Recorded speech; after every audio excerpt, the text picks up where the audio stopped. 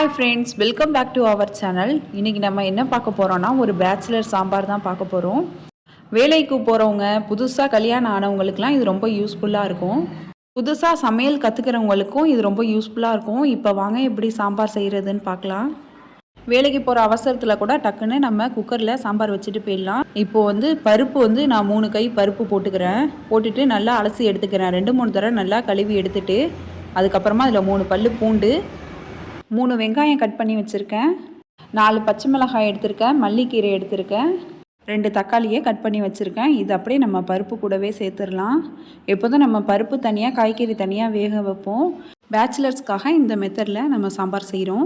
அதோட அவரைக்காய் அப்புறம் கத்திரிக்காய்லாம் கட் பண்ணி தண்ணியில் போட்டு வச்சுருக்கோம். அப்போ தான் கத்திரிக்காய் கலர் மாறாமல் இருக்கும். உங்களுக்கு என்ன காய்கறி வீட்டில் இருக்கோ அதெல்லாம் நம்ம சேர்த்துக்கலாம். இதுக்கப்புறம் கேரட்டு, உருளைக்கிழங்குலாம் சேர்த்துக்கலாம். இப்போ 1 ஸ்பூன் சாம்பார் பொடி, 1/2 ஸ்பூன் மஞ்சள் பொடி, அப்புறம் தேவையான அளவு சால்ட்டு போட்டுட்டு குக்கரை நம்ம மூடிடலாம். இப்போ விசில் போட்டு வச்சிடலாம். ஒரு 5 விசில் விட்டுடலாம். விட்டுட்டு நம்ம இப்போ எடுத்து பார்க்கலாம். காய்கறிலாம் நமக்கு நல்லா வெந்திருக்கும். பருப்பும் அது கூட சேர்ந்து நல்லா வெந்து வந்திருக்கும். இதுக்கப்புறம் இதை தனியாக வச்சுட்டு நம்ம தாளிச்சிடலாம்.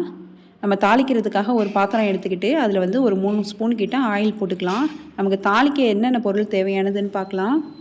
சில்லி பவுடர் 1 ஸ்பூன், 1/2 ஸ்பூன் ஜீரகம், 1/2 ஸ்பூன் தாளிப்பு வடகம், அப்புறம் கருவேப்பிலை, அப்புறம் பெருங்காயம் எடுத்துருக்கேன்.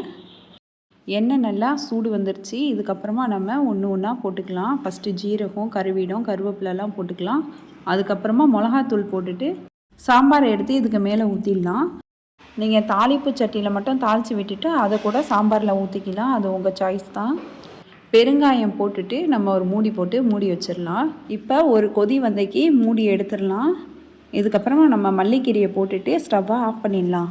இந்த மெத்தடில் நீங்களும் சாம்பார் வச்சு பாருங்கள். இந்த வீடியோ உங்களுக்கு பிடிச்சிருந்துச்சின்னா, யூஸ்ஃபுல்லாக இருந்துச்சுன்னா லைக் பண்ணுங்கள், ஷேர் பண்ணுங்கள், கமெண்ட் பண்ணுங்கள்.